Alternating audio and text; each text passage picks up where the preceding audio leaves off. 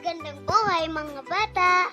Tara, samahan ninyo akong matuto kasama si Teacher Aika, your online teacher.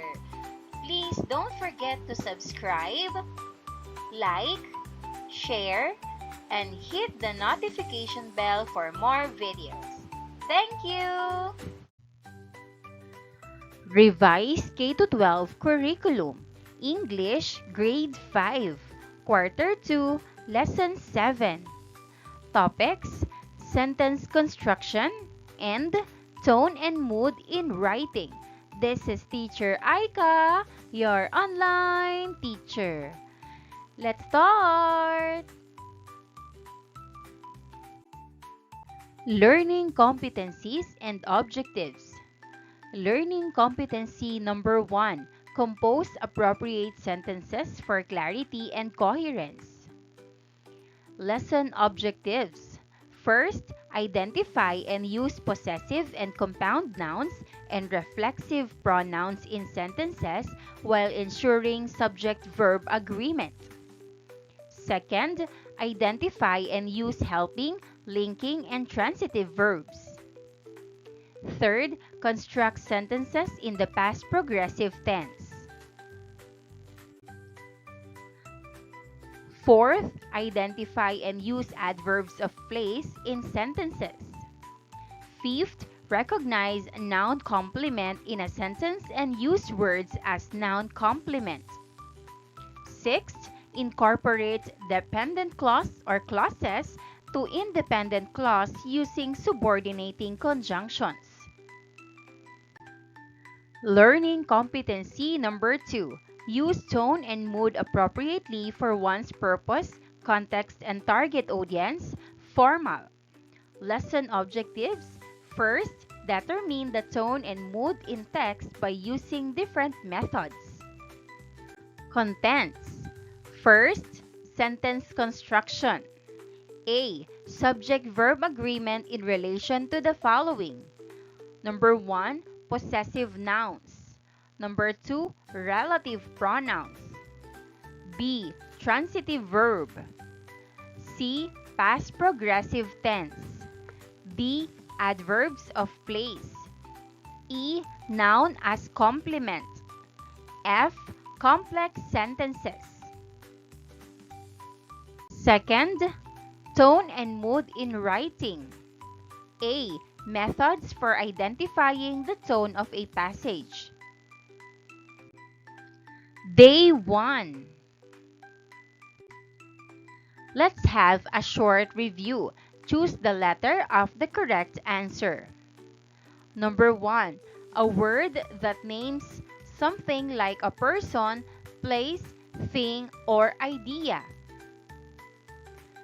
A. Noun. B. Pronoun. Answer: A. Noun. Number 2. These novels are preserved for us to see. This is what kind of pronoun? A. Demonstrative. B. Relative. Answer: A. Demonstrative. Number 3. Goyong will play sepak takraw after school. Will is what kind of verb? A. Linking verb. B. Helping verb. Answer: B. Helping verb. Number 4. Blippi feels happy today. Feels is what kind of verb? A. Linking verb. B. Helping verb. Answer: A. Linking verb. Number 5. The flock members blank in different direction. A. Flies or B. Fly. Answer: B. Fly. Lesson purpose: self-assessment. Activity: Crescent Moon Check-in. Assess yourself if you have already developed the listed skills. Draw your crescent moon on the column before the lesson based on the guide on the right. You will get back to the chart after the lessons. Learning skills or targets. Number 1, identify and use possessive nouns and relative pronouns in sentences while ensuring subject-verb agreement. Number 2, identify and use helping, linking, and transitive verbs. Number 3, construct sentences in the past progressive tense. Number 4, identify and use adverbs of place in sentences. Number 5, recognize noun complement in a sentence and use words as noun complement. Number 6, incorporate dependent clause or clauses to independent clause using subordinating conjunctions. 7, determine the tone and mood in text by using different methods. Unlocking content vocabulary. Choose the letter of the correct answer. Write your answer on the blank provided before the number. Here are the choices. A. Adverb of place. B. Complex sentences. C. Compound noun. D. Noun complement. E. Reflexive pronoun. F. Relative pronoun. Number 1. A noun made up of 2 or more words that function as a single unit to name a person, place, thing, or idea. Answer C. Compound noun. Number 2. A pronoun used to introduce relative clauses and connect them to a noun. Answer F. Relative pronoun. Number 3. A word that describes or modifies the location or position of an action or verb. It answers the question where. Answer A. Adverb of place. Number 4. A word or phrase that completes the meaning of a sentence by providing additional information about the subject or object that follows it. Answer D. Noun complement. Number 5. It contains an independent clause or complete thought and one or more dependent clauses or incomplete thought. Answer B. Complex sentences. Subtopic number 1. Subject-verb agreement in relation to the following. First, possessive nouns. Second, relative pronouns. A. Kind of noun. Possessive nouns. Possessive noun. A noun that shows ownership or possession of something. It typically indicates that someone or something possesses or has control over another object, person, or idea. They are often formed by adding an apostrophe and an S to the noun, especially for singular nouns, and just an apostrophe for plural nouns ending in S. Practice activity, being possessive. Instruction, write the possessive form of the following nouns in the parentheses to show ownership. Number 1, dog. Dog's house. Number 2, tables. Table's legs. Number 3, women. Women's bag. Number 4, lady. Lady's dress.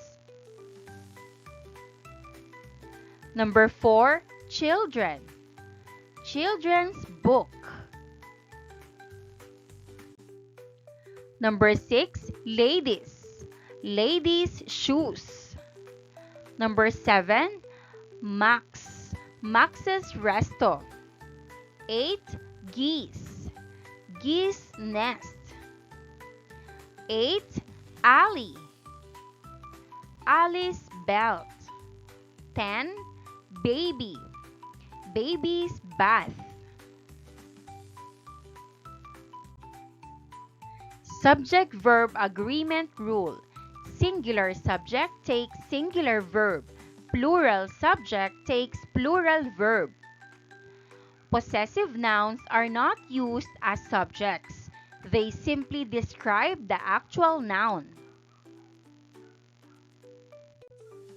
Example: during Ramadan, Ivan's family gathers for iftar every evening. In this sentence, Ivan's family means the family of Ivan. Family is the subject and the verb gathers must agree with it.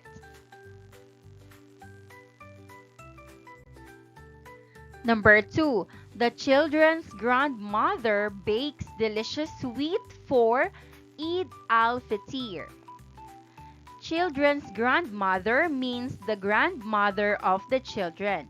The noun in the possessive form children's describe the subject grandmother. The singular verb bakes agrees with the singular subject grandmother and not with children's. Number 3, Johan's parents read Quran together during the holy month. The noun in the possessive form Johan's describe the subject parents. The plural verb read agrees with the plural subject parents and not with Johan's. Practice activity: agree with the subject, not with the possessive noun. Instruction: choose the correct form of the verb in the parentheses. Make sure that the verb agrees to the subject and not to the possessive noun. Underline your answer. Number 1, Alan's parents visit him every Ramadan. Number 2, Irene's family gathers together for prayers during Ramadan. Number 3, my cousin's homemade sweets are always a hit. Number 4, the school's Ramadan assembly celebrates the diversity of the student body. Number 5, the neighborhood's iftar potluck brings everyone together. Number 6, my mother's pastries are my favorite. Number 7, the children's book was read by grandmother. Number 8, the table's legs were repaired by my father.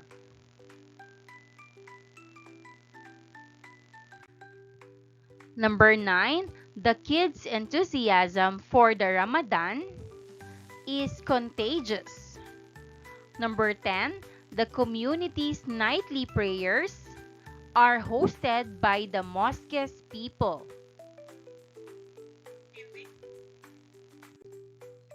B. Subject pronouns, relative pronouns.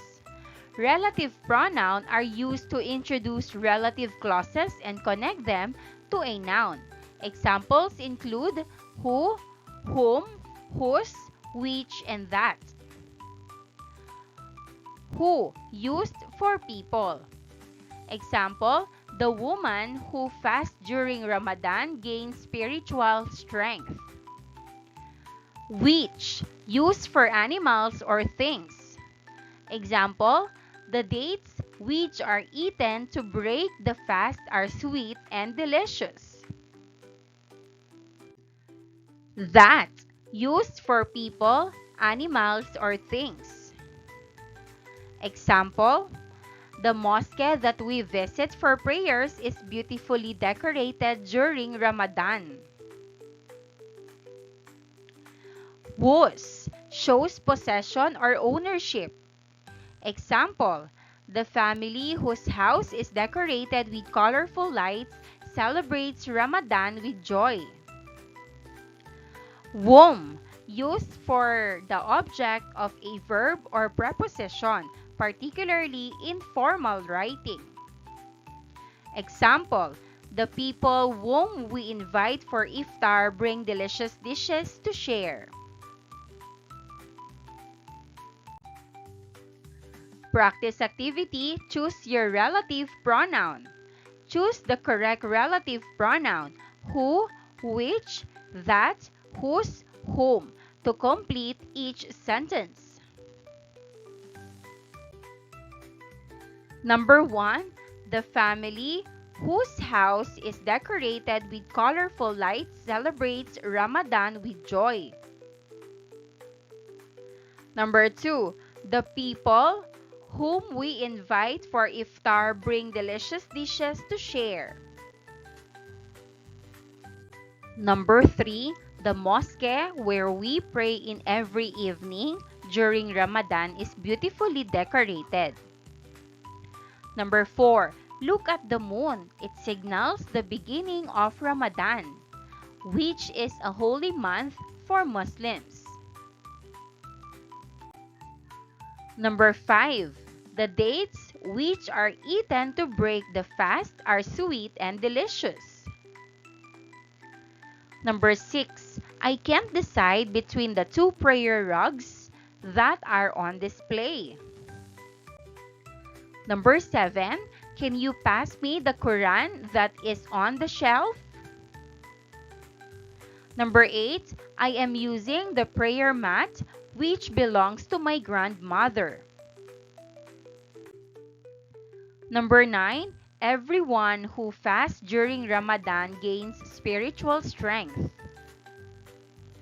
Number 10, the traditions that we follow during Ramadan are passed down through generations. Maraming salamat sa panonood! Huwag kalimutang i-like at mag-subscribe para sa higit pang educational content. I-click ang bell icon para ma-update ka sa ating mga bagong video. Salamat!